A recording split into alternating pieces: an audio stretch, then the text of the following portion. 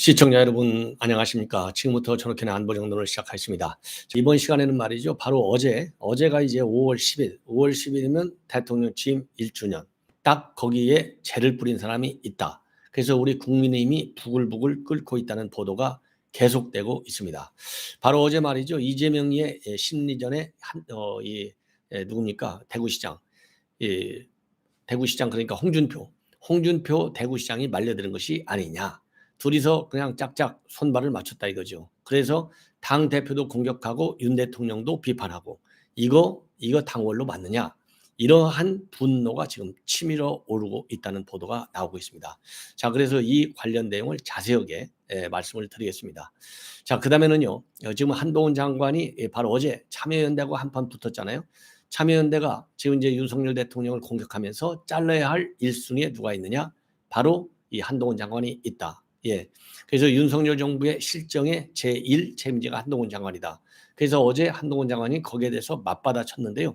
이어서 오늘 또 그러니까 한동훈 장관과 참여연대 간의 설전이 벌어지고 있는데 기본적으로 참여연대 게임이 안 되는 거죠. 한마디로. 그래서 한동훈 장관이 오늘 그야말로 이 사이다 발언을 했어요.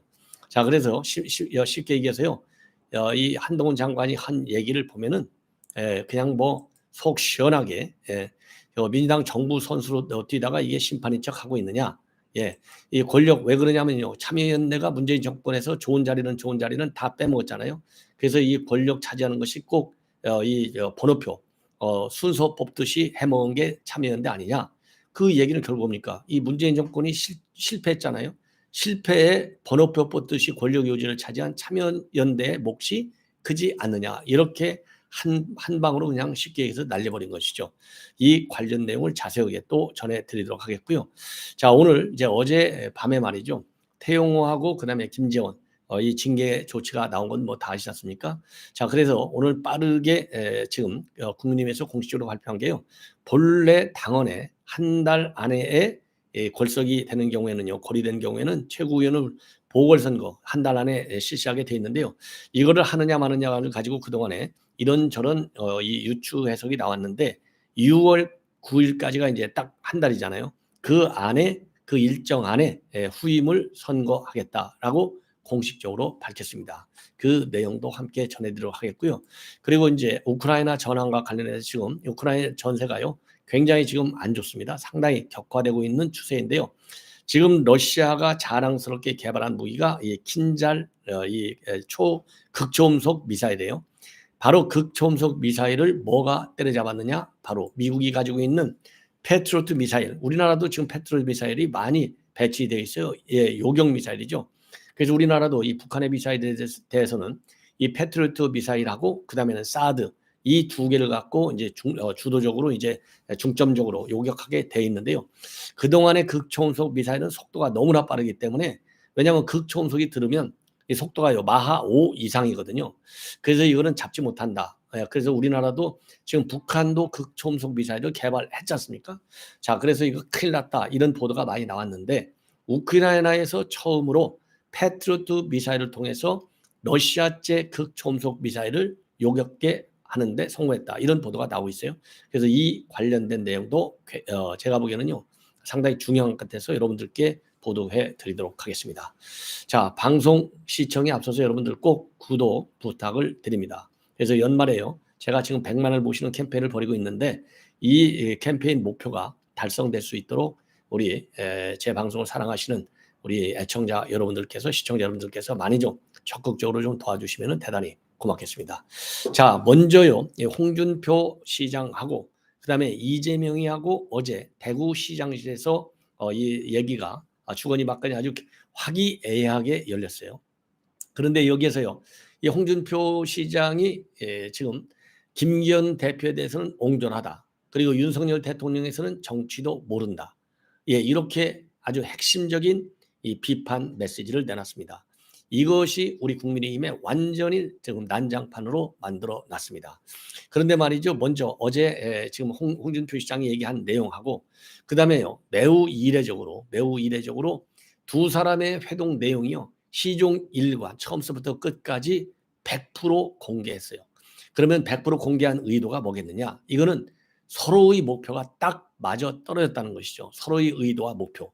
그래서 100% 완전히 공개한 것 아니냐. 여기서부터 비판을 받고 있고요. 그리고 이제 홍준표 시장이 어쨌든 간에 홍준표 시장이 상임 고문으로 돼 있잖아요. 물론 이제 해촉이 됐죠. 자, 그런데 그런 것만큼 어떻든 우리 국민의힘에서는 원로 중에 한 사람으로 딱 인식이 돼 있고 평가를 해 왔는데, 이런 원로라고 한 사람이 지금 완전히 아주 그냥 그 범죄 덩어리인 발끝서부터 머리끝까지 모든 범죄인으로 딱 뒤집어진, 그래서 윤 대통령은 아예 상대할 수도 없는 범죄인이다. 그리고 우리 국민들도 취임 일주일을 통해서 말이죠. 이거 이재명에 대한 수사가 정당한 거야? 아니면 정치적인 압박, 탄압 수사야? 물어보니까 20% 이상으로 그거는 정당한 수사야. 요렇게 인식을 우리 국민들도 하고 있어요. 그런데 이런 범죄인한테 말이죠. 희희락락하면서 이 당대표와 대통령을 직격하는 발언을 할 수가 있느냐는 겁니다. 이 두 가지 측면에서 집중적으로 공격을 받고 있어요. 그러면은 이 자리에서 홍준표 시장이 한 발언을 먼저 소개해드리고, 여기에 대해서 대표적으로 말씀드릴 수 있는 게 누굽니까? 하태경, 그다음에 이용호, 그다음에 유상범 수석 대변인, 이런 사람들이 이 앞다투어 비판을 하고 있습니다.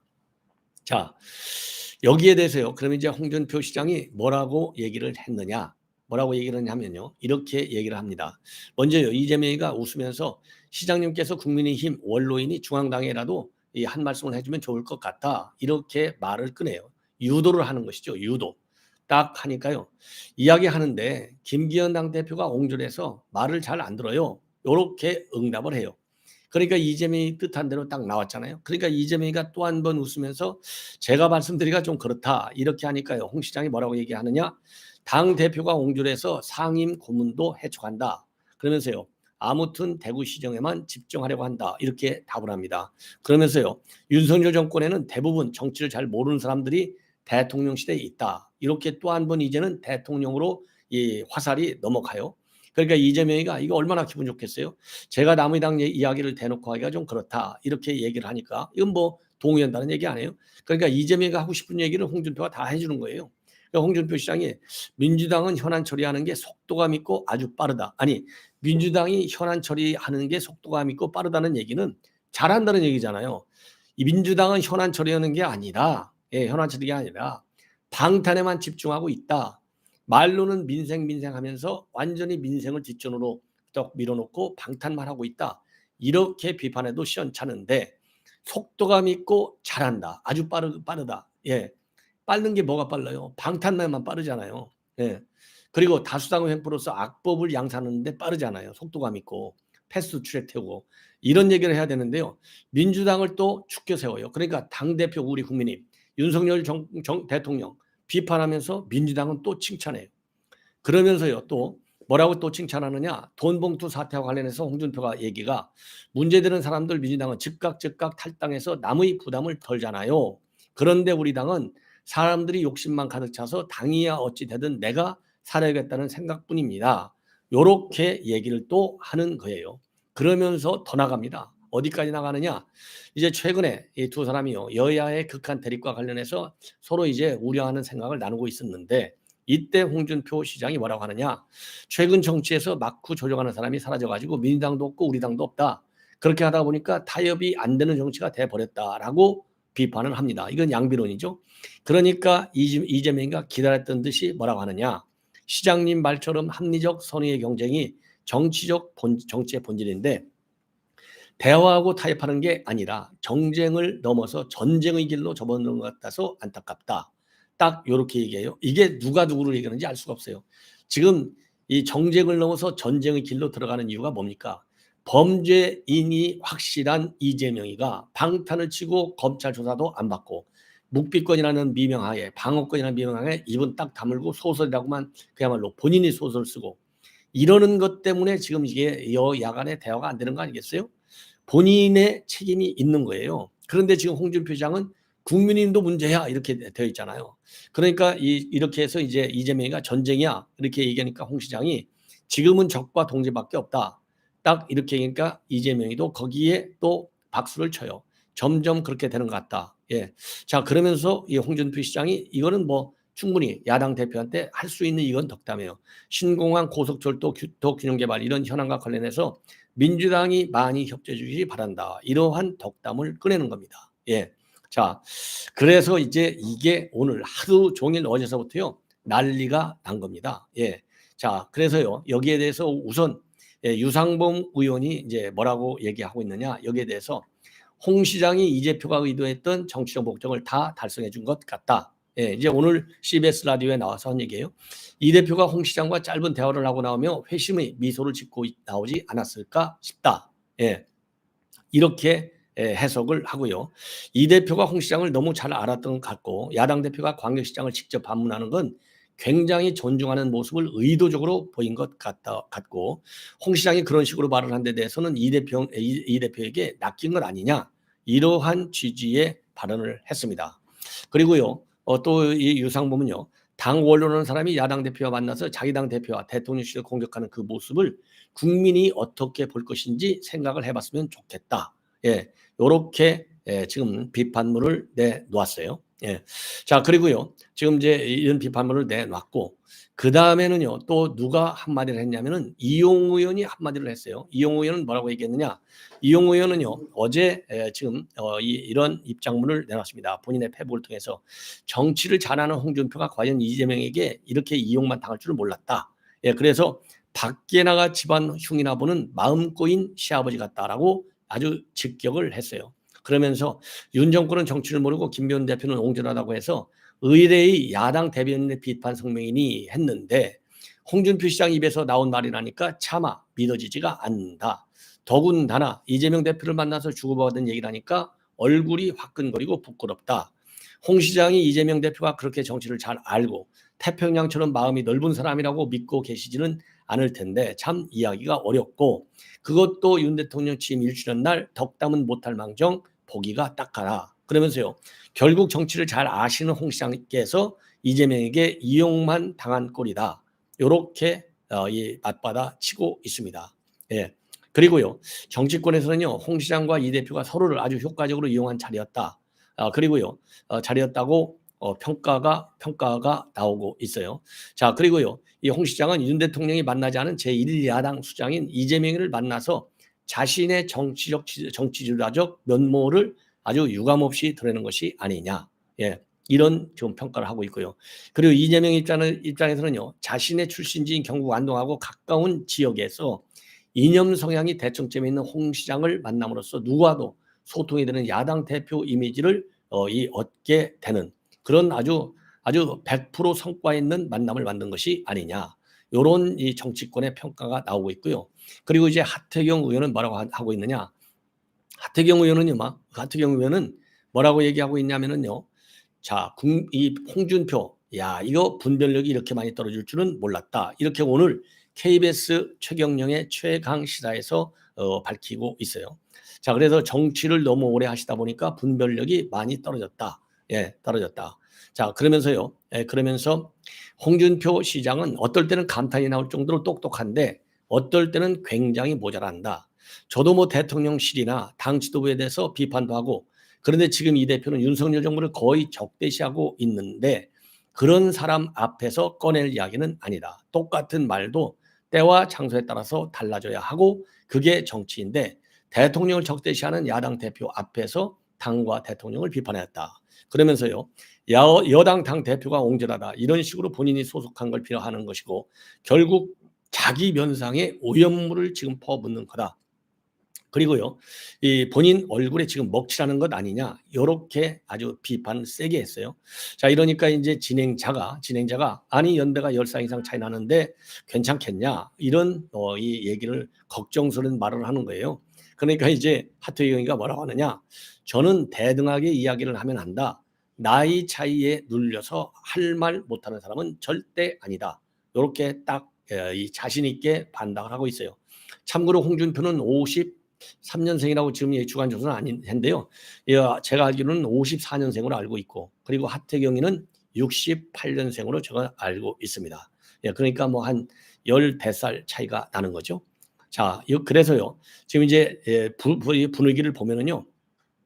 그리고 이제 반응들을 보면은 우선 홍준표 시장이 생각하는 정치를 복원할 수 있는 방법이라는 게 기껏 본인의 사법 리스크 방탄을 위해서 사사건건 정부와 여당 발목을 잡는 야당 대표에게 대통령실과 자당을 갖다가 이 국민의힘을 갖다가 디스하는 것밖에 없느냐. 그것도 대통령 취임 1주 전 날에 그렇게 할 수가 있느냐. 그리고 당 고문에서 해촉했다고 해서 자당 대표를 옹졸해서 말을 않는다. 이렇게 욕하는 것말로 진짜 옹졸한 것 아니냐. 이런 비판이 지금 이 SNS 온라인에 지금 많이 떠오르고 있다고 합니다. 예. 자, 그리고 말이죠. 예, 그리고 또 이 정치권에서도 말이죠. 전반적으로 이번 이제 홍 시장이 이러한 비판적 발언을 한 거에 대해서 정치권에서도 여전히 그러니까 넓은 의미에서의 이 보수 우파 사회, 예, 그리고 이제 또 일부 언론에서도 홍준표 대구시장에 대한 이 발언은 좀 선을 상당히 넘은 것이 아니냐, 그런 우려와 비판의 목소리들이 상당히 커지고 있다. 예, 요런 제가 말씀을 전해드립니다. 자, 그래서 제가 보더라도 말이죠. 홍준표 시장 뭐 저도 그러잖아요. 야, 이거 너무 이 중앙선거 중앙정치에 너무 매일매일 아무리요 지방 시장을 잘한다 하더라도 매일매일 중앙정치에 대해서 한마디 감나라 무슨 뭐 이 배나라 이렇게 SNS 글 올리고 또 방송 인터뷰하고 이런 시장은요 제가 보기에는 지방자치 한 이후로 처음인 거 아닌가. 그래서 기본적으로 아무리 좋은 말도요 3번 이상 하면 잔소리가 되잖아요. 그래서 이 과유불급이라는 말이 있듯이 이제 홍준표 시장도 뭐 전에는 그랬잖아요. 나 당 상임 고문이야 까불지 마. 그래서 내가 얘기하는 거야. 그런데 그 논리대로 한다면 이제 나는 당 상임 고문 아니야. 그러니까 나한테 의견 묻지 마. 이렇게 해서 딱 SNS고 뭐 물을 다내야 되는 거 아니겠어요? 쉽게 얘기하면. 그런 것처럼 지금은 과유불급이라는 말이 있듯이 너무나 말이 많다. 이런 비판을 면하기는 어렵지 않을까. 그래서 홍준표 시장이 당의 원로인 것만큼 많이 하려고 하지 말고 무게 있는 말을 무게감 있게 시간과 장소를 고려해서 그리고 상대방을 고려해서 신중하게 그야말로 취사 선택, 그러죠? 집중과 선택 전략이라는 게 있잖아요. 집중과 선택. 사안을 집중과 선택에 따라서 딱 골라가지고 무게 있게 정확하게 그리고 당 원로의 격에 맞게 얘기를 하는 것이 좋지 않을까. 더군다나죠. 우리 지금 내년 총선에서요. 견제론이 굉장히 세고 있어요. 견제론이 세지고 있는데 견제론을 맨 앞에 서서 그것도 가짜 뉴스를 갖고 만드는 사람이 누구예요? 이재명이잖아요. 이런 수준 낮은 범죄인 같은 이재명 앞에서 당 고문과 대통령실에 정치가 없다. 그러면 아니 뭐 윤 대통령 정치 안에서 몰라. 나같이 훌륭한 정치 아주 선수를 갖다가 왜 안 뽑았어? 얼마 전에 그렇게 비판했잖아요. 그래서 그때도 난리가 났는데 연거푸 계속해서 윤 대통령은 정치 하나도 몰라. 왜 정치 하나도 모르는 초년병을 뽑아놓고서 왜 난리들이야? 왜 나를 안 뽑았어? 이게 불과 한 달도 안 되는 얘기예요. 그런 것처럼 본인의 실력은요. 본인이 내가 정말 정치 잘해 이렇게 얘기하면 안 되죠. 예, 그래서 이게 바로 뭐예요? 문재인이잖아요. 문재인이가 내가 맨날 잘한다고 셀프 자화자찬. 넘버 원이 누구냐? 문재인이잖아요. 그럼 홍준표도 지금 여권에서는 그런 여권 넘버 원 셀프 자화자찬 이런 또 비판을 받게 돼요. 그래서 조금 신중을 기하는 게 낫지 않을까. 이렇게 뭐 저도 정치야 뭐 정치 하나도 모르죠. 예, 그냥 그 국민의 한 사람으로서 제가 지적을 하지 않을 수가 없습니다. 자, 이번에는요 이제 한동훈 장관과 참여연대 지금 매일 일전을 불사하고 있습니다. 바로 참여연대가 먼저 말하자면 불을 딱 갖고 왔어요. 쌈지를 걸었어요. 어제 윤석열 정부 1년이 됐으니까 보고서를 냈는데 이 보고서에 뭐라고 했느냐. 윤 정부가 사회를 퇴행시키고 있다. 이 퇴행시키고 있는 윤 정부 책임 1번은 누구냐. 한동훈 장관이다. 그래서 고위공직자 8명을 쫙 열거하면서 책임지고 나가라 이런 얘기 아니겠어요? 그래서 한동훈 장관은 검수원복을 주도했잖아요. 그다음에 법무부를 재검찰화 시켰다 이렇게 비판하고 있어요. 자, 그러면서 참여연대가 어제 대통령실 앞에서 기자회견까지 열고 이러한 내용을 발표했습니다. 그러니까 한동훈 장관이 어제 뭐라고 했느냐. 누구든 의견을 주장할 수는 있지만 왜 특정 진영을 대변하는 정치단체가 중립적인 시민단체인 척 하는지 모르겠다. 이렇게 그냥 점잖게 한마디 갈겼어요. 쉽게 얘기해서.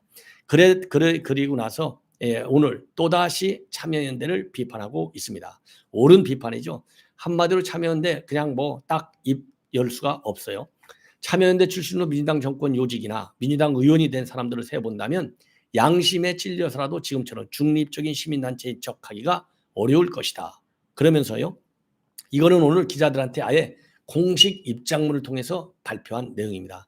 참여연대 정부라고까지 불렸던 지난 민주당 정권 5년 내내 참여연대가 순번을 정해 번호표 뽑듯 권력 요직을 차지하면서 권력에 참여하고 그리고 권력에 연대한 것을 우리 국민들이 생생히 기억한다. 이렇게 밝혔습니다.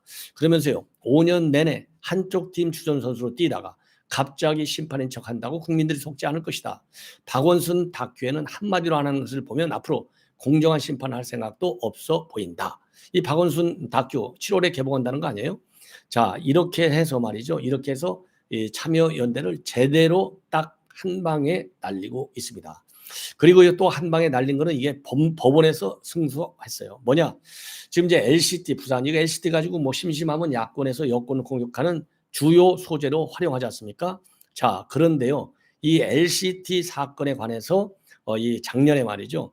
모 경제지 기자가 이거 한동훈 장관 아이 특수통 1호잖아. 근데 그렇게 수사 잘한다는 한동훈이가 해운대 LCT 수사는 왜 그 모양으로 했대? 요렇게 한동훈 장관을 비하하는 SNS 글을 2021년도 작년이 아니고 벌써 재작년이죠. 2021년도 3월에 올렸어요. 그러니까 그 당시 뭐 추미애가 완전히 이 식물 한동훈 장관을 만들었잖아요, 검사장. 그래서 그 당시 이제 뭐 이 좌천이 뭐 서너 번씩이나 당하고 앉아 있을 때인데 한 장관이 열받잖아요. 그러니까 기자의 주장과 달리 한 검사장 본인은 해운대 CCTV 수사에 전혀 관여한 바 없다라고 반박을 하고요. 가짜뉴스와 악의적 전파자들에 대해서는 엄격한 민형사상의 법적 책임을 묻겠다. 그래가지고요. 2021년도 3월에 이제 SNS 글이 올라오고 한 달 후인 4월에 이 기자를 갖다가 상대로 해서 1억 원의 손해배상 청구 소송을 21년도 4월에 냈습니다. 이 손해배상 소송에서 1심에서 말이죠. 오늘 판결문이 나왔어요. 야, 그 모 경제지 A 기자 1억 여기 근데 손해배상이 너무 작네요. 1천만 원을 지급하라 이렇게 판시를 하고요. 나머지 청구는 기각을 했습니다. 이렇게 되니까 한 장관이 입장문에서요. 이런 명백한 가짜뉴스로 해코지 하더라도 아무도 책임지지 않고 넘어가면 다른 국민에게도 이런 일이 반복될 것이다. 그러면서요. 이러면 안 된다는 설예를 남겨야 되겠다.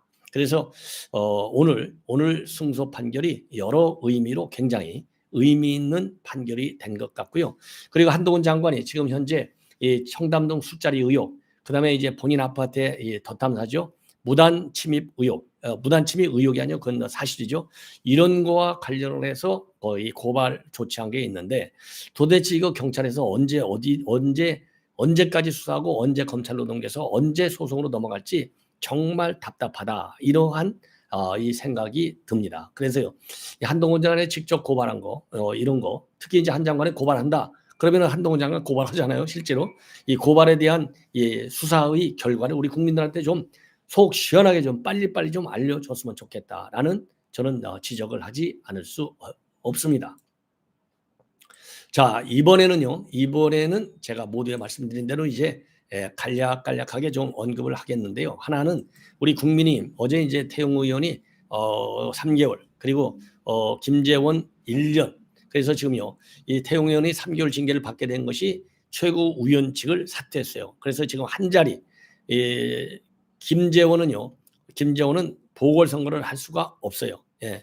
자, 그래서 이제 한 자리만 이 보궐선거가 남았는데 본래 이걸 보궐선거에서 할 거냐 아니면 그냥 공소로 놓아둘 거냐 이런 얘기들이 많이 오갔습니다. 왜냐하면요 2017년도에 홍준표 시장이 당시에 한국당 대표할 때 유여해 이 빈석을 갖다가 채우지 않았어요. 그래서 이거를 안 채울 수도 있다라는 관측도 존재를 했는데 오늘 강민국 수석 대변인이 오늘 아침 최고위원회가 끝난 직후에 언론에 밝혔습니다. 당헌에 따라서 거리된 최고위원 선출 시한은 6월 9일까지다. 이 일정을 준수해서 다음 주 월요일 최고위에 선관위 구성안을 의결할 예정이다. 이렇게 밝혔어요.